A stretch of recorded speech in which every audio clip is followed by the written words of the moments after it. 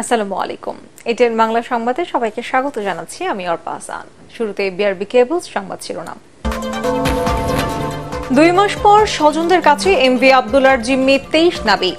বন্দরে আবেগঘন পরিবেশ, সংবর্ধনা দিল চট্টগ্রাম বন্দর কর্তৃপক্ষ। ঢাকায় মার্কিন সহকারী পররাষ্ট্রমন্ত্রী ডোনাল্ড লো। র্যাবের ওপর নিষেধাজ্ঞা প্রত্যাহার সহ ইতিবাচক আলোচনা হতে পারে মনে করছেন বিশ্লেষকরা।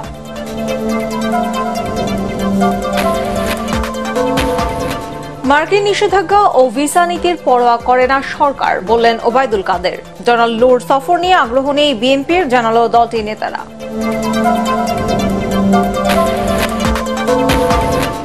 ভ্যাট ট্যাক্সের হয়রানি থেকে মুক্তির দাবি এফবিসিসিআই নেতাদের। সুরক্ষায় সব ধরনের সুবিধা দেওয়ার আশ্বাস বাণিজ্য প্রতিমন্ত্রীর।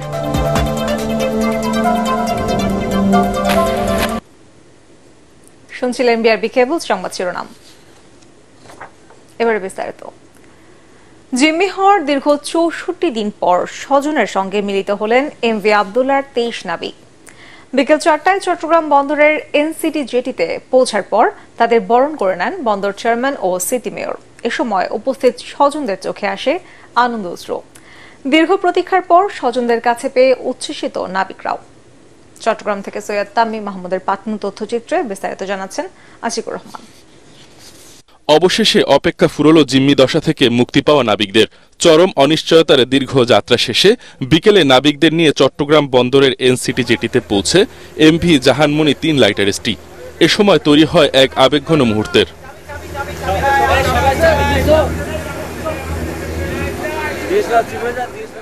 64 দিনের রুদ্রশ্বাস সমুদ্রযাত্রার শেষে দেশের মাটিতে পা দিয়ে আবেগে আপ্লুত হন নাবিকরা।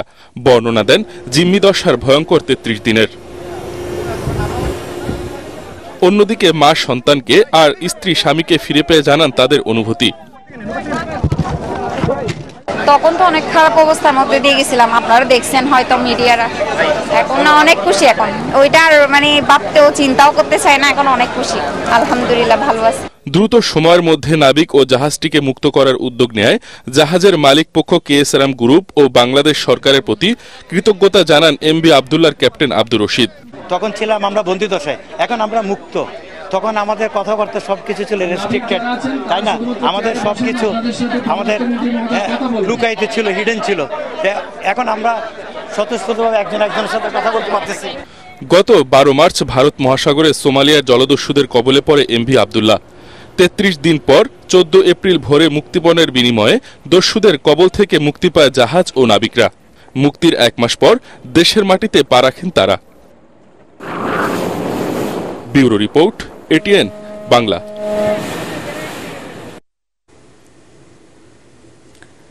দুই দিনের সফরে ঢাকায় এসেছেন আলোচিত মার্কিন সহকারী পররাষ্ট্রমন্ত্রী ডোনাল্ড লো। এই সফরে যুক্তরাষ্ট্রের সাথে বাংলাদেশের সম্পর্ক উন্নয়নের সুযোগ তৈরি হবে বলে মনে করছেন বিশ্লেষকরা। ভিসা নীতি ও র্যাবের উপর নিষেধাজ্ঞা প্রত্যাহারে ইতিবাচক আলোচনা হতে পারে বলেও মনে করছেন তারা। রিপোর্টে জানাচ্ছেন মাহবুব কবির চাপ্পল। শ্রীলঙ্কা থেকে সরাসরি বাংলাদেশে আসেন যুক্তরাষ্ট্রের সহকারী পররাষ্ট্রমন্ত্রী ডোনাল্ড লো। গত সংসদ নির্বাচনের পর এটাই কোনো শীর্ষ মার্কিন কর্মকর্তার বাংলাদেশ সফর। তবে ভোটের আগে যুক্তরাষ্ট্রের অবস্থান যেমন ছিল তা অনেকটাই পাল্টেছে। প্রধানমন্ত্রী শেখ হাসিনাকে চিঠিও দিয়েছেন আমেরিকার প্রেসিডেন্ট জো বাইডেন। মার্কিন সরকারের তরফ থেকে বার্তা নিয়েই লো এসেছেন বলে মনে করছেন বিশ্লেষকরা, যা দুদেশের জন্যই ইতিবাচক হতে পারে।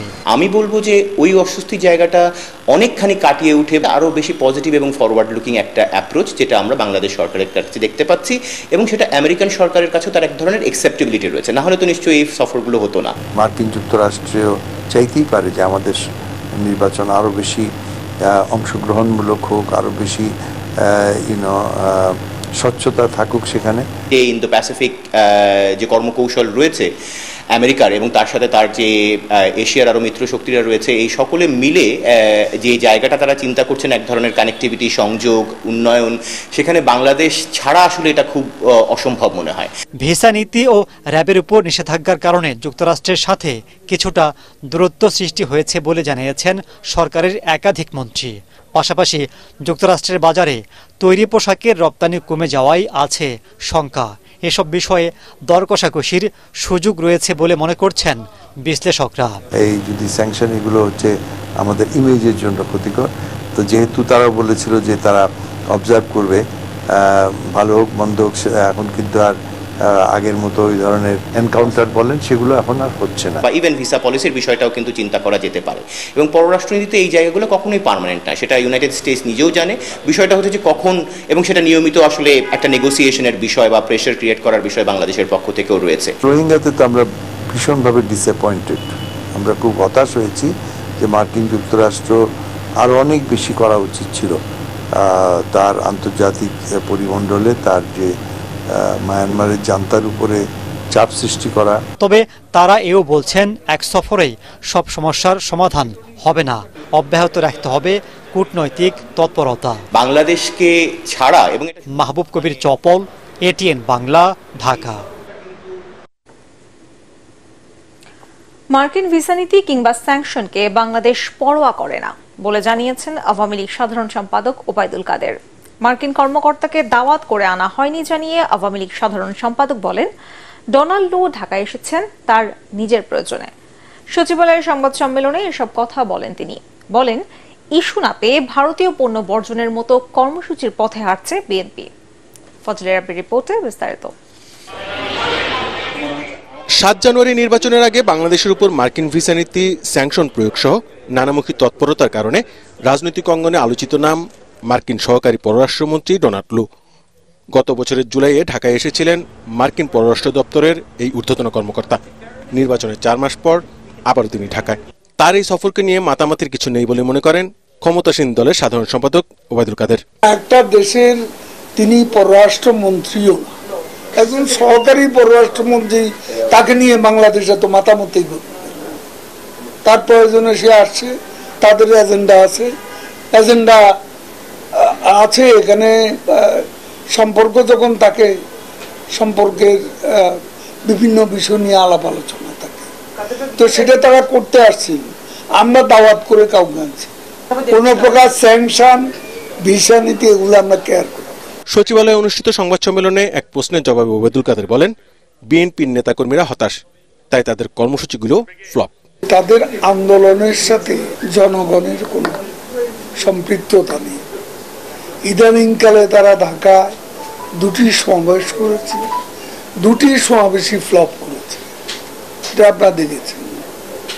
মানে এই আন্দোলনে তাদের কর্মীও এখন এত হতাশ যে কর্মীরা এখন নেতাদের প্রতি আস্থা হারিয়ে ফেলেছে। মেট্রো রেলে 15% ভ্যাট আরোপে এনবিআর এর প্রস্তাব বাস্তবসম্মত নয় মন্তব্য করে সড়ক যোগাযোগ ও সেতু মন্ত্রী বলেন, সর্বোচ্চ 5% পর্যন্ত ভ্যাট রয়েছে কিছু দেশে। আমি নিজেই যাব। Thank you. Fazle Rabbi, ATN Bangla, Dhaka. মার্কিন মন্ত্রী ডোনাল্ড লোর সফর নিয়ে বিএনপিরও কোনো আগ্রহ নেই বলে জানিয়েছেন দলটির সিনিয়র নেতারা। জাতীয় প্রেস ক্লাবে আলাদা অনুষ্ঠানে তারা দাবি করেন, বিদেশি শক্তি নয়, বাংলাদেশের মানুষের উপর নির্ভরশীল বিএনপি। প্রেস ক্লাবে আলোচনা সভায় স্থায়ী কমিটির সদস্য গয়েশ্বর চন্দ্র রায় বলেন, ক্ষমতা হারানোর পর আওয়ামী লীগের জন্য করুণ পরিণতি অপেক্ষা করছে। জাতীয় নির্বাচনের মতো ভোটার শূন্য চলমান উপজেলা নির্বাচনও জনগণ প্রত্যাহার করেছে বলে দাবি করেন তিনি। প্রেস ক্লাবের সামনে অবস্থান কর্মসূচিতে বিএনপি চেয়ারপারসনের উপদেষ্টা জয়নুল আবেদিন ফারুক বলেন, মানুষের ভোটাধিকার গণতন্ত্র কেড়ে নেওয়া আওয়ামী লীগকে সহায়তা করায় বাংলাদেশের মানুষ ভারতীয় পণ্য বর্জন করছে।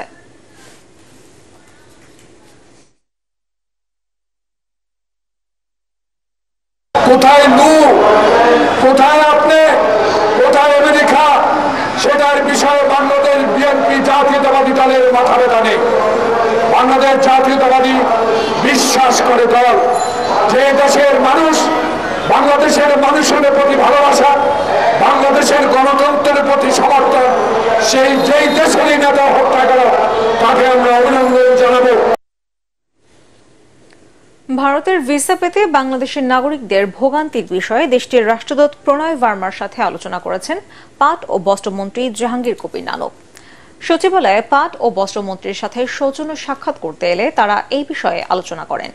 পরে সাংবাদিকদের মন্ত্রী বলেন, ভিসা প্রাপ্তি সহজ করা ছাড়াও অন অ্যারাইভাল ভিসা চালু করতে বাংলাদেশের পক্ষ থেকে অনুরোধ করা হয়েছে। জবাবে দেশটি নির্বাচনের পর এই বিষয়টি গুরুত্বের সাথে বিবেচনা করা হবে বলে জানিয়েছেন প্রণয় ভার্মা। আমাকে আপনি ভিসা দিলেন, সেই ভিসাটি যদি 2 বছর মেয়াদে দিয়ে দেন মিনিমাম, তাহলে এই 2 বছরের মধ্যে কিন্তু আমি গিয়ে আপনাকে লোড দেব না। 2 বছর পর্যন্ত কিন্তু এই মানুষটি আর আপনাকে ভিসা কেন্দ্রে যাবে না।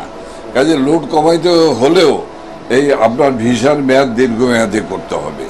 এই বিষয়গুলি নিয়ে খুব সহজভাবে আমরা আলাপ করি।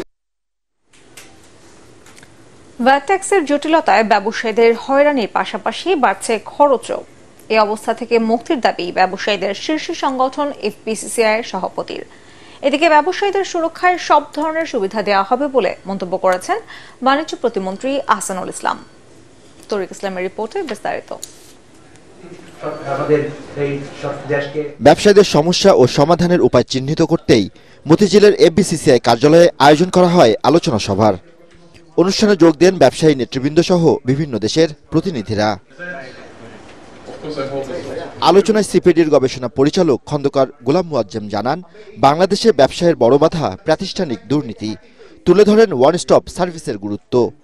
আমাদের কাছে মনে হচ্ছে কখনো কখনো ডকুমেন্টের বাহুল্যতা রয়েছে এবং সেটির জন্য আমরা মনে হয়েছে যে এই ধরনের ডকুমেন্টসগুলোর পরিমাণ কমিয়ে আনা যায়। এ সময় কর আদায়ের নামে ব্যবসায়ীদের হয়রানি করা হচ্ছে বলে মন্তব্য করেন এফবিসিসিআই সভাপতি মাহবুবুল আলম। আমাদের পার্শ্ববর্তী দেশগুলির সাথে আমার মনে হয় যে আমাদেরকে যদি কম্পিটিশন টিকতে হয় তাহলে বৃহৎ ক্ষুদ্র মাঝারি পুলিশ ট্রেডিং অফিস খুচরা বিক্রয় পরিস্থিতি প্রতিটি ক্ষেত্রে ব্যাগ ট্যাক্স আহরণ পত্রের জটিলতা এবং হয়রানিমূলক যে পরিস্থিতি সেখান থেকে আমাদের উদ্ধার করতে হবে। এদিকে ব্যবসায়ীদের সুরক্ষায় সকল ধরনের সুবিধা দেয়া হবে বলে জানান বাণিজ্য প্রতিমন্ত্রী আহসানুল ইসলাম। আপনারা শুধুমাত্র প্রবলেম নিয়ে আসবেন না, সাথে সলিউশন নিয়ে আসবেন। সবচেয়ে বড় কথা, সেলফ রেগুলেটরি অর্গানাইজেশন এসআরও হিসাবে অ্যাসোসিয়েশনগুলো কাজ করতে হবে। আপনার কমপ্লায়েন্স আপনাদেরকে করতে হবে, যাতে আরেকজনকে আপনার কমপ্লায়েন্সের জন্য আপনাকে বলতে না হয়। একজন অসৎ ব্যবসায়ীর জন্য ওই কমিউনিটি ব্যাড নেম ক্রিয়েট করে। অনুষ্ঠানে সেবা সহজীকরণ ও ওয়ান স্টপ সেবা প্রদানে বিভিন্ন প্রতিষ্ঠানের সাথে সমঝোতা স্মারক স্বাক্ষরিত হয়। তরিক ইসলাম, এটিএন বাংলা, ঢাকা। মৃত্যুদণ্ড চূড়ান্তের আগে আসামিকে কন্ডেম সেলে রাখা যাবে না। হাইকোর্টের এমন রায়ের বিরুদ্ধে সরকার আপিল করবে বলে জানিয়েছেন অ্যাটর্নি জেনারেল এম আমিনউদ্দিন। নিজ কার্যালয়ে তিনি সাংবাদিকদের জানান, রায়ের কপি পাওয়ার পরই আপিল করা হবে। তবে মৃত্যুদণ্ডপ্রাপ্তদের জামিন আবেদনের শুনানি গ্রহণ বিষয়ে ওই রায়ে দেয়া নির্দেশনা স্থগিত চেয়ে এরই মধ্যে আপিল বিভাগে আবেদন করা হয়েছে বলে জানান তিনি। মৃত্যুদণ্ড চূড়ান্তের আগে আসামিকে কন্ডেম সেলে রাখা বেআইনি ঘোষণা করে সোমবার রায় দেন হাইকোর্ট। কন্ডেম সেলে রাখা আসামিদের 2 বছরের মধ্যে সাধারণ সেলে রাখা সহ বেশ কয়েকটি নির্দেশনা দেওয়া হয় ওই রায়ে। যে আপিল বিভাগে আপিল ফাইল করবো, তার আগে আমরা সিপি ফাইল করবো। সিপিতে যদি অনুমতি দেয় তো আমরা আপিল করব। সেই লক্ষ্যে আমরা আজকে নিয়ে গেছিলাম। এই জামিন আবেদনে মৃত্যুদণ্ডাদেশ যার থাকে আমাদের দেশে এখন পর্যন্ত এটা আমি শুনি নাই কোনো অ্যাপ্লিকেশন হয়েছে। কেউ যদি মৃত্যুদণ্ডাদেশ প্রাপ্ত হয়, আদেশ যদি আদালত দেয় তাকে, সেইটা যদি তাকে জামিন দেওয়া হয় তো এদের অধিকাংশ ক্ষেত্রে কিন্তু পালিয়ে যাবে। বিশ্ববিদ্যালয় থেকে ভালো ফলাফল করেও প্রতিবন্ধীর শিকার ব্যক্তিরা দেশে ভালো চাকরি পাচ্ছেন না। ইন্টারভিউ ভাইবা বোর্ডে শারীরিক জটিলতার কারণে হেনস্থার অভিযোগও ইদানিং করছেন তারা। জানিয়ে আছে হতাশা ও ক্ষোভ। প্রতিবন্ধিতার শিকার ব্যক্তিদের নিয়ে মুস্তাফিজুর রহমানের ধারাবাহিক প্রতিবেদনের শেষ পর্ব আজ।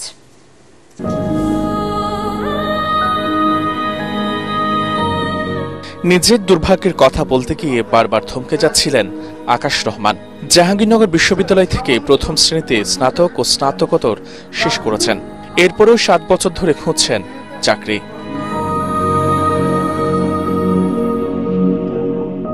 কম্পিউটারে ভালো দক্ষতা আছে আকাশ রহমানের। বেশ কিছু চাকরির ইন্টারভিউতে লিখিত পরীক্ষা সহ সবকটি ধাপে ভালো ফলাফল করলেও শারীরিক অবস্থার কারণে ভাইবা বোর্ডে হেনস্থার শিকার হয়েছেন এমন অভিযোগ তার, যা একটি সভ্য দেশে কোনোভাবেই কাম্য হতে পারে না বলেও মনে করছেন তার মতো অন্যরাও। সবচেয়ে দুঃখী বিষয় কি এসব জায়গায় রুম ভাড়া দিচ্ছি, ওরা আসলে আমাকে বের করতে যাচ্ছে, কারণ দেখেন যে আপনার এই জায়গাটায় দুর্বল আছে কিংবা এই কারণে আমরা আপনাকে নিচ্ছি না, কিন্তু আবার বের করতে দেখা মানে সব না করে দিচ্ছে।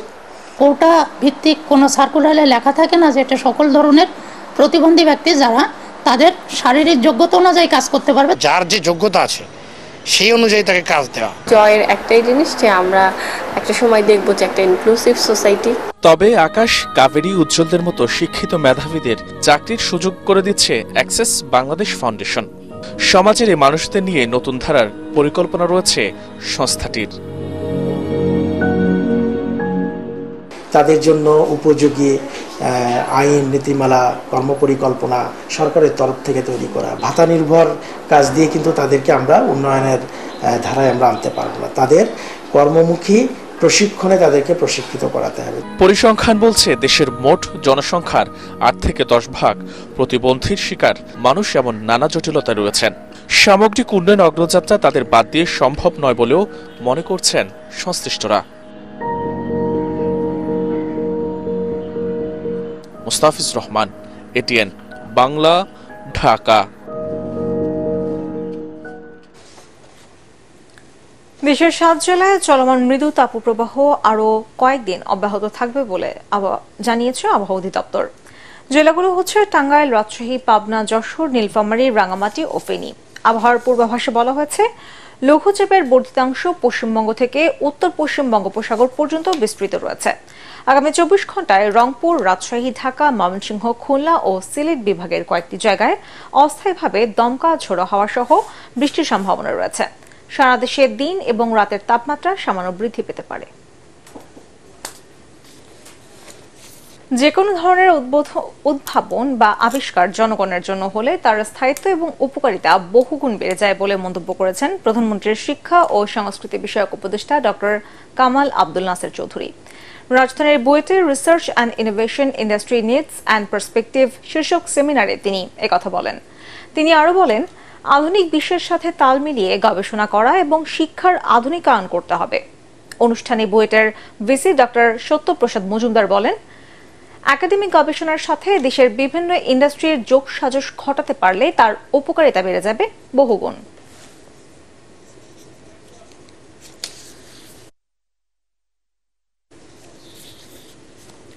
প্রচণ্ড খরায় পানির স্তর নেমে যাওয়ায় হবিগঞ্জে অচল হয়ে পড়েছে বহু নলকূপ। কোনো কোনো এলাকায় গভীর নলকূপে উঠছে না পানি। এতে চরম দুর্ভোগে পড়েছেন এলাকাবাসী। হবিগঞ্জ থেকে আব্দুল হালিমের রিপোর্ট, জানাচ্ছেন জাহিদুল আলম। চৈত্র বৈশাখ খরার মৌসুমে সুনামগঞ্জের চুনারুঘাট উপজেলার বেশ কিছু এলাকার গভীর নলকূপে অস্বাভাবিকভাবে নিচে নেমে যায় পানির স্তর। গত 2 মাস থেকে এই অবস্থা আরও প্রকট আকার ধারণ করেছে।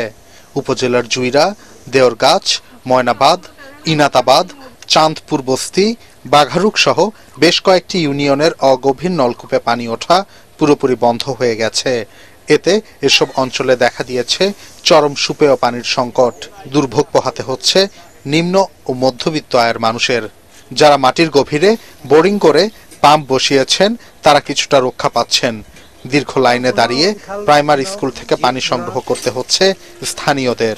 খুব কষ্ট করতেছি আজকাল 4 বছর ধরে পানির সেলুগুলা চালু হইলে পরে আমরা আর অত্র অঞ্চলের কোনো টিউবওয়েল থেকে পানি পাই না। জলাশয়গুলোকে ভরাটের পরিবর্তে এবং যেগুলো ভরাট হয়েছে সেগুলোকে খনন করে স্বাভাবিক অবস্থা রাখতে হবে, তাহলে মাটির নিচের পানির ভারসাম্যতা রক্ষা হবে। ইউনিয়নের বেশ কিছু গ্রামে পানির সংকট দেখা দিয়েছে। এ সময় পানির সমস্যা দেখা দেয়। পানি সমস্যা সমাধানে কাজ করার কথা জানিয়েছেন এই জনপ্রতিনিধি।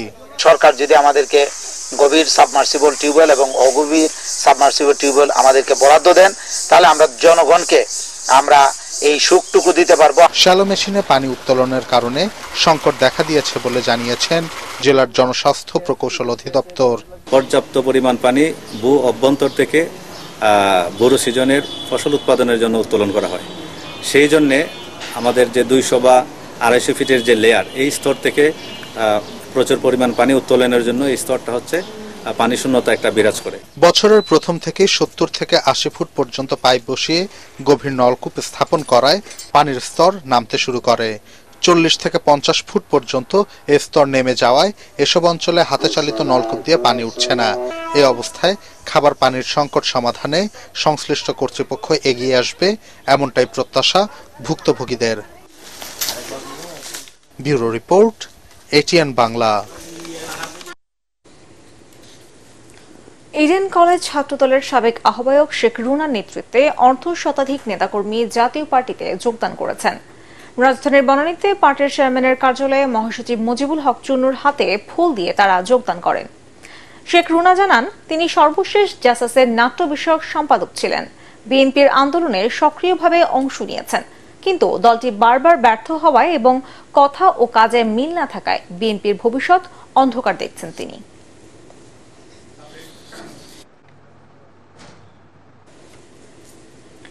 চট্টগ্রাম থেকে সরাসরি হজ ফ্লাইট শুরু করেছে বিমান বাংলাদেশ এয়ারলাইন্স। ভোর 4টায় 398 জন হজ যাত্রী নিয়ে মদিনার উদ্দেশ্যে চট্টগ্রাম ছেড়ে যায় বিমানের প্রথম হজ ফ্লাইটটি। শাহ আমানত আন্তর্জাতিক বিমানবন্দরে চট্টগ্রাম মদিনা হজ ফ্লাইটের আনুষ্ঠানিক উদ্বোধন করেন সিটি মেয়র রেজাউল করিম চৌধুরী। চট্টগ্রাম থেকে 22টি ফ্লাইটে 8000 হজ যাত্রী সরাসরি জেদ্দা এবং মদিনায় যাবেন। এর মধ্যে 2টি ফ্লাইট যাবে মদিনায়। উদ্বোধনী ফ্লাইটে উপলক্ষে আয়োজিত অনুষ্ঠানে বাংলাদেশ বিমানের চট্টগ্রামের ব্যবস্থাপক মোহাম্মদ শাহাদাত হোসেন, আটাব নেতা শাহ আলম ও মোহাম্মদ জাফর সহ সংশ্লিষ্ট কর্মকর্তারা উপস্থিত ছিলেন।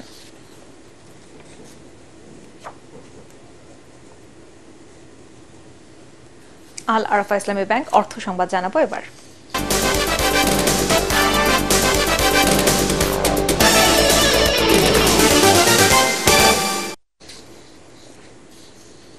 তেজগাঁও কলেজের শিক্ষার্থীদের কর্মসংস্থানের লক্ষ্যে স্মার্ট কর্মসংস্থান মেলা 2024 শুরু হয়েছে। A two I, BD jobs, Tejgaon college এবং জাতীয় বিশ্ববিদ্যালয়ের উদ্যোগে এই মেলার আয়োজন করা হয়।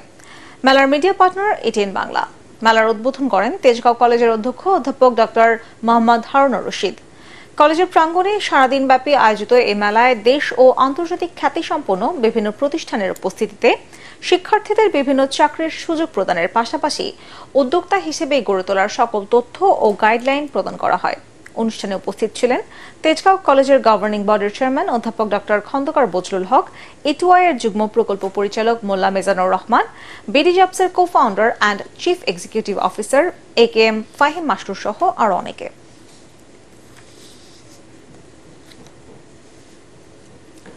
গ্রাহকদের পর্যাপ্ত সেবা দিতে এবার বাংলাদেশে সার্ভিস সেন্টার উদ্বোধন করতে যাচ্ছে সেনহাইজার।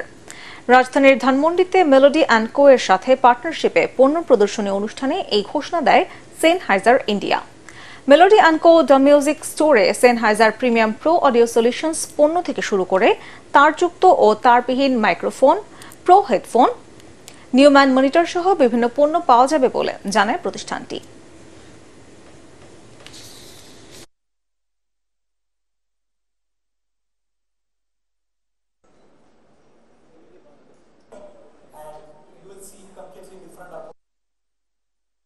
সেনহাইজার প্রোডাক্ট হচ্ছে অডিও ইন্ডাস্ট্রির জন্য, সিঙ্গারদের জন্য এবং টেলিভিশন ব্রডকাস্টের জন্য।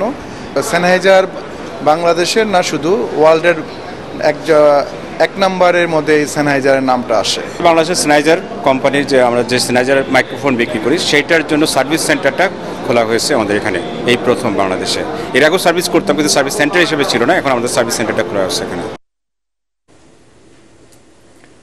ইরি পুরো ধান কাটা মৌসুমকে সামনে রেখে পরিত্যক্ত বস্তা দিয়ে ট্রিপল তৈরিতে ব্যস্ত ভৈরবের কারিগররা। তাদের তৈরি বিশেষ এই ট্রিপল পাঠানো হচ্ছে দেশের বিভিন্ন জেলায়। স্থানীয় নারীরা বস্তা দিয়ে এই ট্রিপল তৈরি করে সংসারে এনেছেন সচ্ছলতা। ভৈরব প্রতিনিধি তুহিন মোল্লার পাঠানো তথ্যচিত্রে আশিকুর রহমানের ডেস্ক রিপোর্ট। ট্রিপল তৈরি করে বেশ জনপ্রিয়তা পেয়েছে ভৈরবের কালীপুর গ্রাম। নাম কালীপুর হলেও বর্তমানে ত্রিপলের গ্রাম নামেই পরিচিত। এর মাধ্যমে কর্মসংস্থানের সুযোগ সৃষ্টি হয়েছে গ্রামের 10,000-এর বেশি মানুষের। এদের অধিকাংশই নারী। বিভিন্ন মিল কারখানার পরিত্যক্ত বস্তা কেটে ছেটে ও সেলাই করে তৈরি হচ্ছে ত্রিপল। ধান মারাই, রোদে শুকানো ও বৃষ্টি থেকে ফসলকে রক্ষায় এই ত্রিপল ব্যবহার করেন কৃষকরা। গ্রামের প্রায় 80% মানুষই কোনো না কোনোভাবে এই ক্ষুদ্র শিল্পের সাথে জড়িত। ফলে এলাকার প্রতিটি বাড়িতেই চলে ত্রিপল তৈরির কাজ। খালি বস্তা প্রথমে পানিতে ধুয়ে পরিষ্কার করে রোদে শুকানো হয়। পরে মাপ মতো কেটে ও সেলাই করে তৈরি হয় ত্রিপল। প্রতিদিন 300 থেকে 350 বস্তা আমরা বানাইতে পারি। 2-250 আমরা রুজি করি, সারাদিন পরিশ্রম কাম করি। 15 বছর ধরে কাজ করতেছি। গত বছর ইনশাল্লাহ আমরা 10-12 লাখ টাকা পেয়েছি। আশা করি এই বছর আরো বেশি পাবো। আমার আব্বাও করতো, আমিও করি। বর্তমানে আমার 30-35 জন কারিগর আছে। সরকার যদি আমাদেরকে এই ত্রিপল শিল্পের মাধ্যমে যদি ব্যাংক লোন দিত তাহলে আমরা আরো অনেক উন্নতি করতে পারতাম। এই অঞ্চলে বোরো ও আমন এই দুই মৌসুমে ধানের আবাদ বেশি হয়, তাই ফাগুন মাস থেকে ত্রিপল তৈরির কাজে ব্যস্ত হয়ে পড়েন কালীপুর গ্রামের প্রতিটি পরিবার। চলে জ্যৈষ্ঠ মাস পর্যন্ত। আমরা বাংলাদেশে বিভিন্ন জায়গায় মাল বেশি, বিশেষ করে সিলেট অঞ্চলে মাল আমরা বেশি আমাদের কাজটা বেশি করে করতে হয়, 24 ঘন্টা করতে হয়। মাল আমরা 24 ঘন্টা তৈরি করি। আমাদের বিভিন্ন কারিগর আছে, মহিলা পুরুষ মিলে আমাদের এই ব্যবসাটা। 1990 সালের দিকে এখানে এ ব্যবসার প্রসার ঘটে। ধানের আবাদের সাথে এই শিল্পের সম্পর্ক থাকায় দিন দিন বাড়ছে ত্রিপলের আবাদ। Bureau report, ATN Bangla. এবারে আন্তর্জাতিক সংবাদ।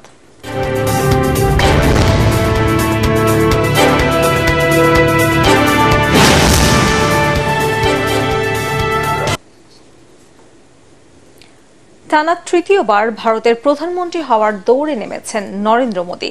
বারাণসী থেকে বর্ণাঢ্য শোভাযাত্রা নিয়ে আজ মনোনয়নপত্র জমা দিয়েছেন তিনি। এই নির্বাচনী এলাকা থেকে তৃতীয় মেয়াদে লোকসভায় জয়ী হতে চান মোদী।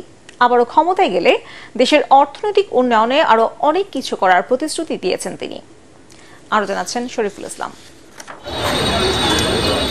জাতিসংঘের তথ্য মতে চীনকে ছাপিয়ে বিশ্বে এখন সবচেয়ে বেশি জনগোষ্ঠীর দেশ ভারত। 142 কোটি 86 লাখ মানুষের এই দেশের পরবর্তী সরকার গঠনে 7 ধাপে চলছে পার্লামেন্টের নির্বাচন। এরই মধ্যে শেষ হয়েছে 4 দফার ভোট গ্রহণ। বহুল আলোচিত এই নির্বাচনে বিভিন্ন রাজ্যে সহিংসতার খবরও পাওয়া গেছে। এই নির্বাচনে টানা তৃতীয়বার প্রধানমন্ত্রী হওয়ার দৌড়ে নেমেছেন ভারতীয় জনতা পার্টি বিজেপি নেতা নরেন্দ্র মোদী। মঙ্গলবার মহাসমারোহে বারাণসী থেকে মনোনয়নপত্র জমা দেন তিনি। এ সময় শহর জুড়ে ছিল শ্বাসসাজ রব। তার আগে বর্ণাঢ্য শোভাযাত্রায় অংশ নেন মোদী। আবারও ক্ষমতায় গেলে দেশের সামগ্রিক উন্নয়নে সবকিছু করার অঙ্গীকার করেন তিনি। আমি অভিভূত এবং আবেগপ্রবণ। কিভাবে 10 বছর কেটে গেল তা আমি বুঝতেও পারিনি। গণতন্ত্রকে আরো সুদৃঢ় করতে জনগণ স্বতঃস্ফূর্তভাবে ভোট দিচ্ছে। सब अभिनंदन के अधिकारी हैं। বারাণসী থেকে গত দুবার লোকসভা নির্বাচনে জয়ী হয়েছেন নরেন্দ্র মোদী। জয়ের হ্যাট্রিকের লক্ষ্যে আবারও নির্বাচনী লড়াইয়ের ময়দানে তিনি। অন্যদিকে ভারতের শীর্ষস্থানীয় বিরোধী দলীয় নেতা দিল্লির মুখ্যমন্ত্রী কেজরিওয়ালের মুক্তিতে কিছুটা অস্বস্তি দেখা দিয়েছে বিজেপিতে।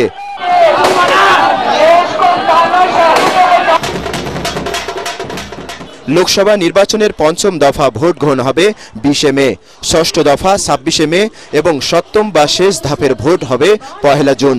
আর ভোট গণনা শুরু হবে ৪ জুন। শরীফুল ইসলাম, এটিএন বাংলা।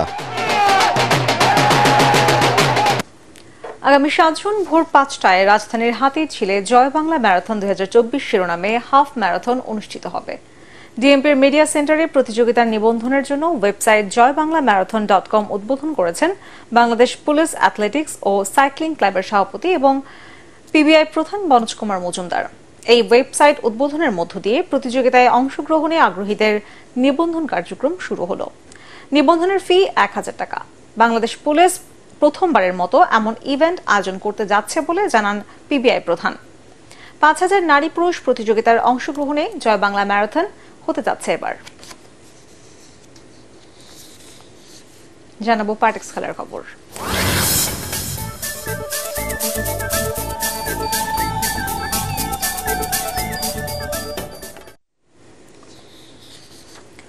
নাজমুল হোসেন শান্ত অধিনায়ক আর তাসকিন আহমেদকে সহ অধিনায়ক করে টি-20 বিশ্বকাপের জন্য দল ঘোষণা করেছে বাংলাদেশ ক্রিকেট বোর্ড।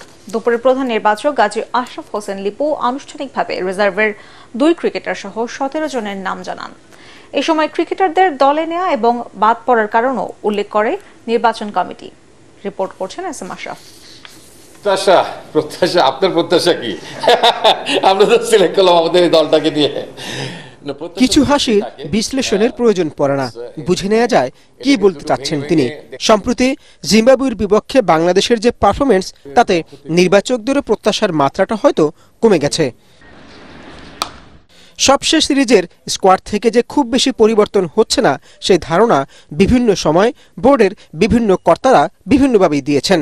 তাই বিবেচনায় থাকার পরও তালিকা থেকে সাইফুদ্দিন কেন বাদ পড়েছেন তার সুস্পষ্ট ব্যাখ্যা দিলেন প্রধান নির্বাচক। স্পেশালি সাইফুদ্দিনের কেসটাও, যে তিনি কিভাবে ফেরত আসেন, তার পারফরমেন্সটাও একটু অ্যানালাইসিস করার দরকার ছিল। তাকে অবজার্ভ করে যে আমাদের প্রত্যাশার যে জায়গাটা, দলের আস্থার যে জায়গাটা, ঠিক সে আকাঙ্ক্ষিত জায়গায় কিছুটা এগিয়ে ছিল তানজিম সাকিব। সে আলোকেই Saifuddin couldn't make it, but he was very close by. Injury থাকার পরও তাসকিন কেন দলে, যাদের এ নিয়ে খুব বেশি আগ্রহ, তাদেরও জবাব দেন আশরাফ হোসেন লিপু। আমরা আশা রাখছি যে তিনি হয়তো বিশ্বকাপ চলার কোন একটা পর্যায়ে সুস্থ হয়ে যাবেন, সেই আলোকেই তাকে দলভুক্ত করা হয়েছে। এবারে সিলেকশন এবং রিপ্লেসমেন্ট পলিসি আইসিসি যেটা, সেখানে আপনি একজন ইনজুর্ড খেলোয়াড়কেও ক্যারি করতে পারবেন।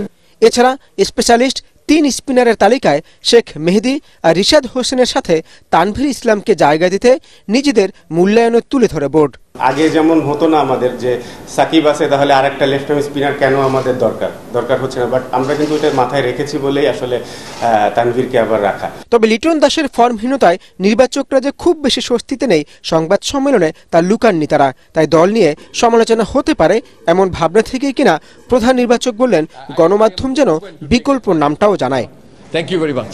S M Ashraf, ATN Bangla, Dhaka. শুরু হয়েছে ওয়ালটন বিএসপিএ স্পোর্টস কার্নিভাল। ক্রীড়া সাংবাদিকদের প্রাচীন সংগঠন বাংলাদেশ স্পোর্টস প্রেস অ্যাসোসিয়েশন বিএসপিএ কার্যালয়ে ক্যারাম খেলার মধ্য দিয়ে কার্নিভালের উদ্বোধন করেন স্পন্সর প্রতিষ্ঠান ওয়ালটনের সিনিয়র এক্সিকিউটিভ ডিরেক্টর ইকবাল বিন আনোয়ার ডন। এ সময় বিএসপিএ সভাপতি রেজওয়ান উজ্জামান ও সাধারণ সম্পাদক সামন হোসেন সহ অন্যান্যরা উপস্থিত ছিলেন। 7টি ডিসিপ্লিনের 10টি ইভেন্টে এবার স্পোর্টস কার্নিভালে বিএসপিএর 1.5 শতাধিক সদস্য অংশ নিচ্ছেন।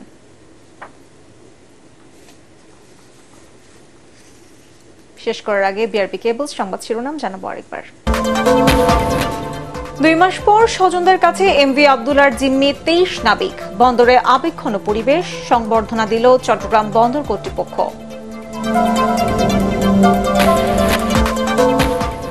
ঢাকায় মার্কিন সহকারী পররাষ্ট্রমন্ত্রী ডোনাল্ড লো। র্যাবের উপর নিষেধাজ্ঞা প্রত্যাহার সহ ইতিবাচক আলোচনা হতে পারে মনে করছেন বিশ্লেষকরা।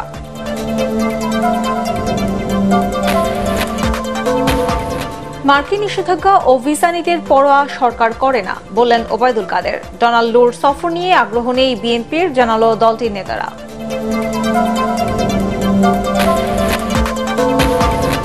ভ্যাটেক্সের হয়রানি থেকে মুক্তির দাবি এফবিসিসিআই নেতাদের। সুরক্ষায় সব ধরনের সুবিধা দেওয়ার আশ্বাস বাণিজ্য প্রতিমন্ত্রীর।